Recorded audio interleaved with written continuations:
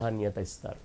అలానే బంగారయ్య శర్మ గారు మనం చూస్తే ఇప్పుడు మీరు ఆధ్యాత్మికంగా చెప్పారు. అయితే పూజా విధానం గురించి కూడా మనం ఖచ్చితంగా మాట్లాడుకోవాల్సి వస్తుంది. ఇప్పుడు పూజా విధానంలో మనం ప్రముఖంగా స్వామివారి యొక్క మట్టి విగ్రహాలకు మనకు ప్రాముఖ్యత ఇస్తూ ఉంటాం.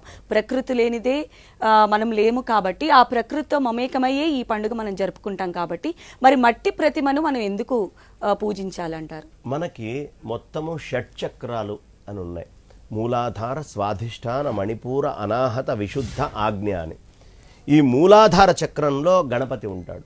అందుకనే ముత్తుస్వామి దీక్షితారు వారు పురాకుంభసం భవమునివరా ప్రపూజితం త్రికోణ మధ్యగతం మురార్యాది ప్రముఖాద్యుపాసితం మూలాధార క్షేత్రస్థితం. మూలాధారము అనే చక్రంలో ఉంటావయ్యా నువ్వు అని చెప్పారు. ఈ మూలాధారంలో త్రికోణంలో ఉంటారు. ఈ త్రికోణము లోపల ఉండేటటువంటి తత్వం ఏమిటంటే భూతత్వం. ఆ పైన తర్వాత మళ్ళీ ఇంకా మిగతావన్నీ జలతత్వము, అగ్నితత్వం అని. శబ్దస్పర్శ రూప రసగంధాలు అనేటటువంటి పంచ ఇంద్రియాలు వాటి యొక్క శక్తి మొత్తము భూతత్వంలో ఉంటుంది. అంటే సమస్తమైనటువంటి శక్తుల్ని ఒడిసి పట్టినటువంటి స్వామి అని చెప్పడానికి భూతత్వాన్ని చూపిస్తారు. ఈ గణపతి అంటే మట్టిలో నుంచే కదమ్మా మనకు అవసరమైనటువంటి మొత్తము సంపద ఉద్భవిస్తున్నటువంటిది.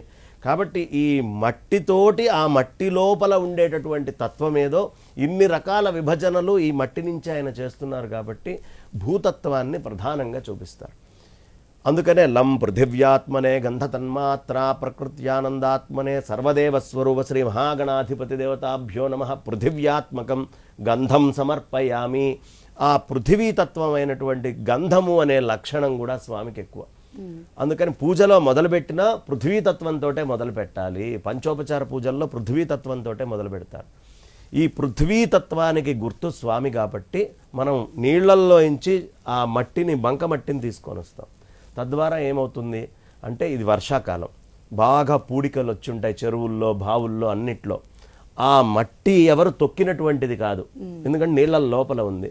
దాన్ని తీసుకొని వచ్చి దాంతో తయారు చేసి దానికి ప్రకృతిలో ఉండేటటువంటి అన్ని రకాలైనటువంటి పత్రులు, చక్కగా బ్రహ్మాండమైనటువంటి పత్రులు అన్నీ తీసుకొని వచ్చి వాటన్నిటితోటి స్వామివారికి పూజ చేసి మళ్ళీ తీసుకొని వెళ్ళి అదే చెరువుల్లో వేస్తున్నామంటే వర్షాకాలంలో నీళ్లని ఎలా ఉంచుకోవాలి, దానికి అవసరమైనటువంటి ఆ వినాయక తత్వాన్ని తెచ్చి ఎలా పూజించాలి, దానికి మళ్ళీ పత్రితోటి శక్తిని ఎట్లా ఇవ్వాలి, నీళ్లు పాడైపోకుండా వర్షాకాలంలో ఈ పత్రి మళ్ళీ ఆ నీళ్లని ఎలా శుద్ధి చేయాలి, ఈ లక్షణాలన్నీ కూడా ఉంటాయి.